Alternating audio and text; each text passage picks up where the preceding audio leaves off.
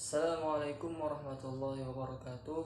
Kami dari kelompok 9, saya Muhammad Syuhada, ingin mempresentasikan hasil kerja kelompok kami yang berjudul Adab kepada Sesama Manusia.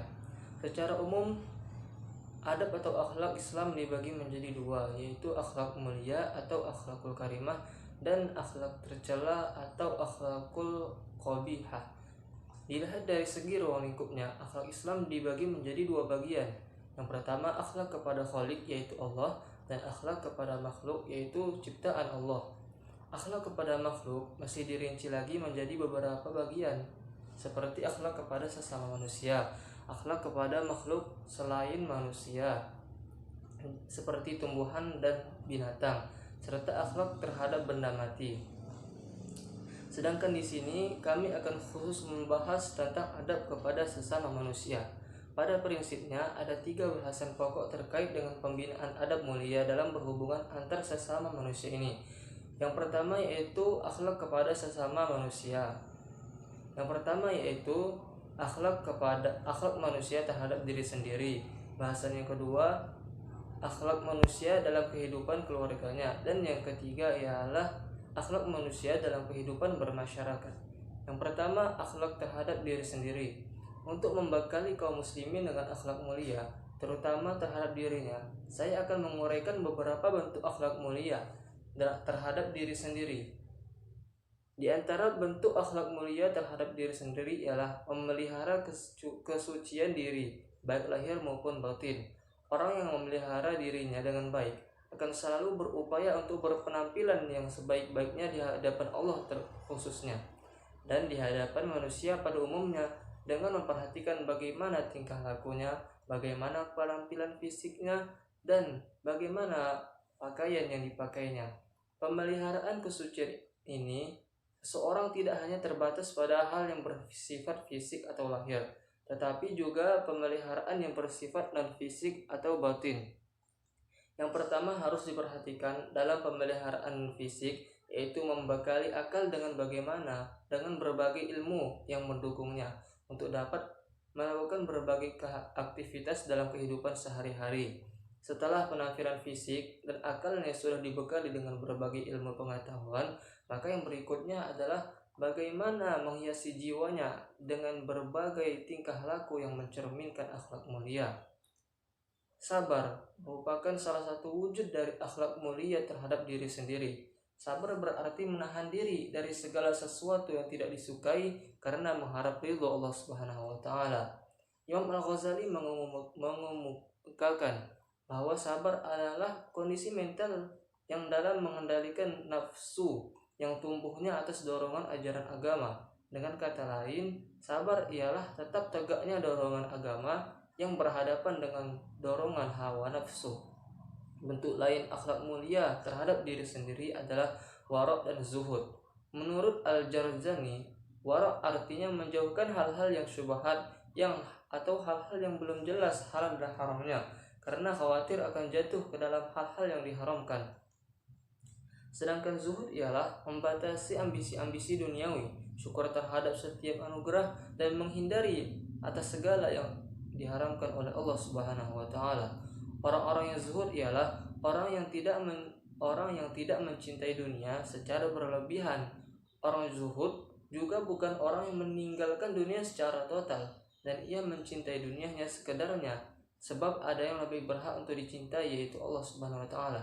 Akan tetapi ia menjadikan dunia sebagai sarana untuk mendapatkan cinta dan ridho dari Allah Subhanahu wa taala. Bentuk akhlak mulia yang penting adalah syaja'ah, yaitu berani.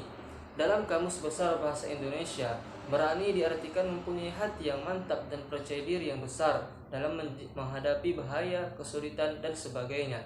Dengan demikian di sini adalah berani yang bernilai positif dan bukan berani yang bernilai negatif, seperti berani berbuat kesalahan atau berani yang tujuannya hanya untuk melampiaskan hawa nafsu.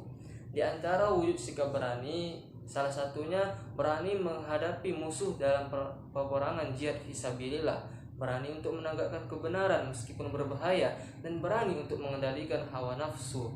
Itulah beberapa bentuk akhlak mulia terhadap diri sendiri. Masih banyak bentuk akhlak mulia yang lain yang harus diperhatikan oleh seseorang yang tidak dapat kami uraikan satu persatu. Di antaranya ialah istiqomah, amanah atau terpercaya, siddiq atau jujur, menepati janji, adil, tawadu, malu berbuat jelek, pemaaf, berhati lembut, setia, kerja keras, tekun, ulet, teliti, disiplin, berinisiatif, percaya diri, dan berpikir positif. Demikianlah dari saya, dan mungkin akan dilanjutkan oleh teman Ustaz saya. Baik, saya akan melanjutkan penjelasan dari pemateri sebelumnya, yaitu mengenai akhlak dalam lingkungan keluarga. Di samping harus berakhlak mulia terhadap dirinya, setiap muslim harus berakhlak mulia dalam lingkungan keluarganya.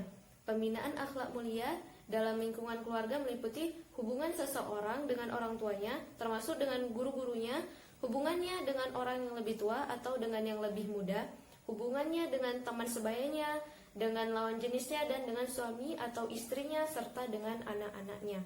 Menjalin hubungan dengan orang tua atau guru memiliki kedudukan yang sangat istimewa dalam pembinaan akhlak mulia di lingkungan keluarga. Guru juga bisa dikategorikan sebagai orang tua kita. Orang tua nomor satu adalah orang tua yang melahirkan kita, kemudian orang tua yang kedua adalah yang memberi kepandaian kepada kita atau seorang guru. Islam menetapkan bahwa berbuat baik kepada kedua orang tua atau birrul walidain adalah wajib dan merupakan amalan utama. Hal ini terdapat dalam Quran surah Al-Isra ayat 23-24. Berakhlak mulia kepada kedua orang tua itu bisa dilakukan dengan cara diantaranya yaitu mengikuti keinginan dan saran dari kedua orang tua dalam aspek kehidupan kita. Kemudian yang kedua yaitu menghormati dan memuliakan kedua orang tua kita dengan rasa penuh rasa terima kasih dan kasih sayang terhadap keduanya atas semua jasa-jasa yang telah dilakukan keduanya. Kemudian yang ketiga yaitu membantu mereka baik secara fisik maupun materi. Kemudian yang keempat mendoakan kedua orang tua agar diberikan ampunan, rahmat dan karunia oleh Allah Subhanahu wa taala. Kemudian yang kelima yaitu jika sudah meninggal maka yang harus kita lakukan yaitu mengurus jenazahnya dengan sebaik-baik mungkin, kemudian melaksanakan wasiatnya, kemudian yang paling utama adalah mendoakan kedua orang tua kita yang sudah meninggal. Jadi kita wajib berbuat baik kepada kedua orang tua atau birrul walidain. Jangan sekali-sekali kita durhaka kepada kedua orang tua kita. Hal yang hampir sama juga kita lakukan, yang tadi itu adalah hal yang hampir sama kita lakukan terhadap guru kita. Kemudian untuk menjalin hubungan dengan orang yang lebih tua, yang harus kita lakukan itu tidak jauh berbeda dengan apa yang kita lakukan terhadap kedua orang tua kita dan guru kita. Selama orang yang lebih tua tersebut tidak patut diperlakukan seperti itu. Apabila orang yang lebih tua tersebut adalah saudara kita, maka kita harus menghormatinya dengan sepenuhnya. Apalagi mereka adalah saudara dari bapak kita atau ibu kita. Karena jika kedua orang tua kita sudah meninggal, maka posisi mereka lah yang akan menggantikan posisi kedua orang tua kita. Kemudian yang kita lakukan terhadap orang yang lebih muda ini adalah menyayanginya, mendidiknya, dan menuntunnya, dan lain sebagainya. Kemudian menjalin hubungan dengan teman sebaya.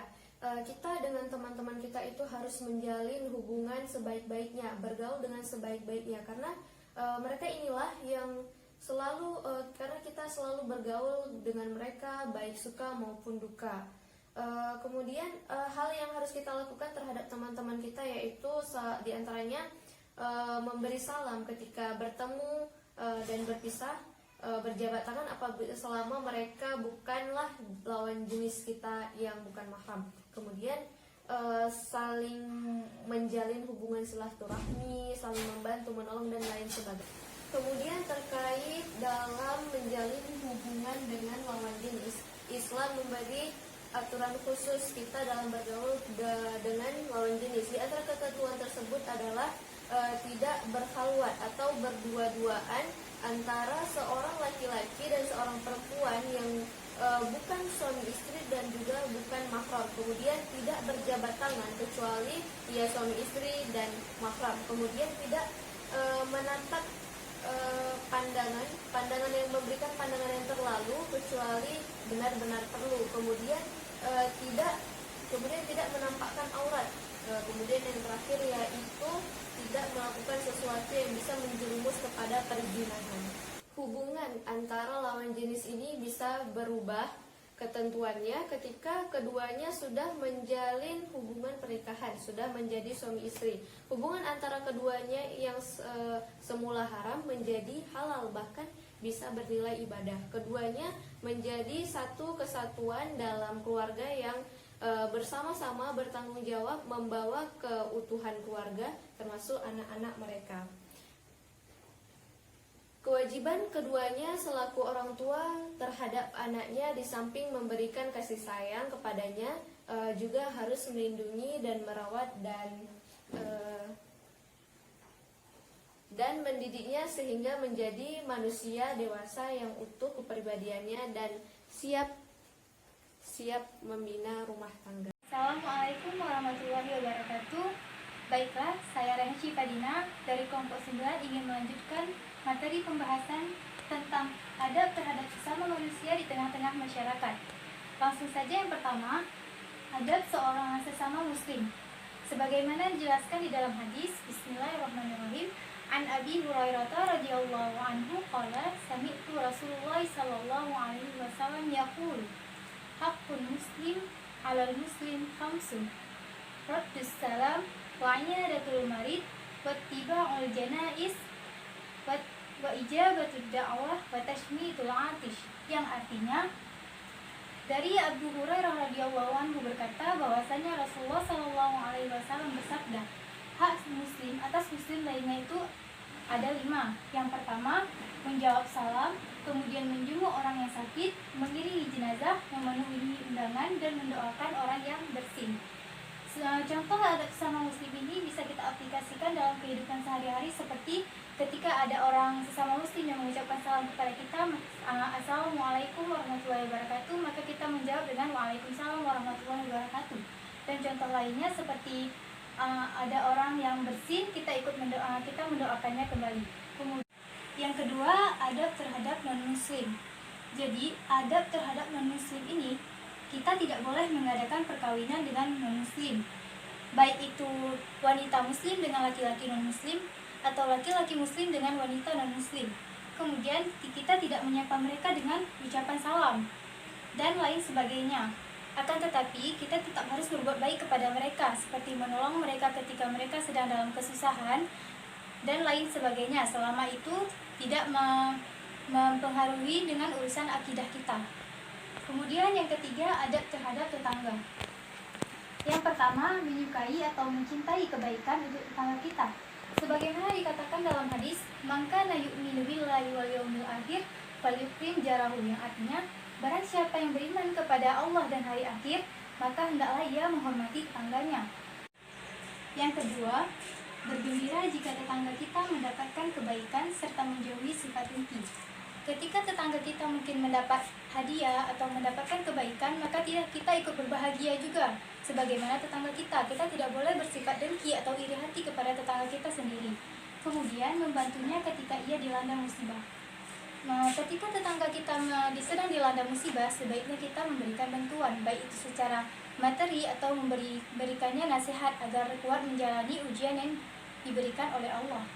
Kemudian selanjutnya, menghindari sifat-sifat yang dapat menyakiti tetangga. Sifat-sifat yang dapat menyakiti tetangga seperti menghina tetangga atau membicarakan yang tidak baik untuk tetangga, kemudian membuang sampah mungkin di depan rumahnya, dan perbuatan-perbuatan lainnya yang dapat menyakiti tetangga. Selanjutnya, mengunjunginya terutama di hari raya dan memenuhi undangannya. Tetangga adalah orang yang terdekat dari rumah kita, maka ketika hari raya sebaiknya kita lebih dulu mengunjungi tetangga kita daripada teman-teman kita yang lebih jauh rumahnya dari tetangga kita. Kemudian yang terakhir, bersikap toleran terhadap tetangga selama bukan maksiat. Yang keempat, adab terhadap tamu. Sebagaimana dijelaskan dalam hadis, "Man kana yu'minu billahi wal yaumil akhir falyukrim daifahu", yang artinya, barang siapa yang beriman kepada Allah dan hari akhir, maka hendaklah ia memuliakan tamunya. Terhadap tamu, kita harus memuliakan dan menghormatinya. Ketika ia datang, kita menyambutnya dengan penuh hormat. Kemudian ketika ia pulang, maka kita juga mengantarkannya. Kemudian selanjutnya, yang kelima, adab terhadap alim ulama dan cendekiawan. Terhadap alim ulama dan cendekiawan, kita harus menghormati keluasan ilmunya dan berusaha mendekatinya atau bergaul kepadanya secara sopan. Contohnya dalam kehidupan sehari-hari, yaitu ketika kita berjumpa dengan salah satu alim ulama atau guru kita harus mengucapkan salam kepadanya. Kemudian kita berbicara kepadanya dengan bahasa yang sopan. Yang selanjutnya, adab terhadap pemimpin. Kita wajib mematuhi pemimpin selama tidak menyimpang dari agama. Kita tidak boleh menghina pemimpin yang kadang tidak sepemikiran dengan pemikiran kita. Kita tidak boleh menghinanya selama peraturan itu tidak melenceng dari peraturan agama. Akan tetapi jika peraturan itu melenceng dari peraturan agama, maka kita boleh untuk mengingatkannya mungkin, ataupun melakukan hal-hal lainnya agar pemimpin itu sadar. Selanjutnya, yang ketujuh, adab terhadap orang yang lemah. Orang yang lemah itu seperti fakir miskin dan anak yatim. Kita harus berbuat baik kepada mereka, yaitu menyantuni mereka. Selanjutnya, yang ketujuh, adab terhadap orang yang lemah. Orang yang lemah itu seperti fakir miskin dan anak yatim. Kita harus berbuat baik kepada mereka, yaitu menyantuni mereka, memberi makan dan pakaian, dan melindungi mereka dari bahaya. Allah Subhanahu wa Ta'ala berfirman di dalam surah Ad-Duha ayat 9 dan 10, Bismillahirrahmanirrahim. Wa ammal yatima fala taqhar wa ammas sa'ila fala tanhar, yang artinya, dan terhadap anak yatim janganlah kamu berlaku sewena-wena, dan terhadap orang miskin janganlah kamu menghardiknya. Contoh yang dapat kita aplikasikan ke dalam kehidupan sehari-hari seperti ketika ada tetangga kita yang mungkin anak yatim atau orang fakir yang susah, maka kita bisa memberikan kelebihan rezeki kita kepada mereka. Seperti mungkin kita memasak makanan lebih, kita bisa memberikannya sedikit kepada mereka. Jadi kesimpulan dari materi kami yaitu, yang pertama, adab terhadap sesama manusia itu terbagi kepada 3. Yang pertama itu ada adab terhadap diri sendiri, kemudian adab terhadap sesama manusia ketika berada di keluarga, dan yang terakhir, adab terhadap sesama manusia ketika berada di lingkungan masyarakat. Ada kata pepatah mengatakan, al-adabu fawqal ilmi, yang artinya adab itu di atas ilmu. Maka oleh karena itu, kita harus menjaga adab kita dimanapun kita berada, baik itu kepada orang yang lebih tua atau orang yang lebih muda, baik itu kepada non-muslim ataupun kepada sesama muslim dan lain sebagainya. Mungkin sekian dari kelompok kami. Jika banyak kekurangan, kami mohon maaf.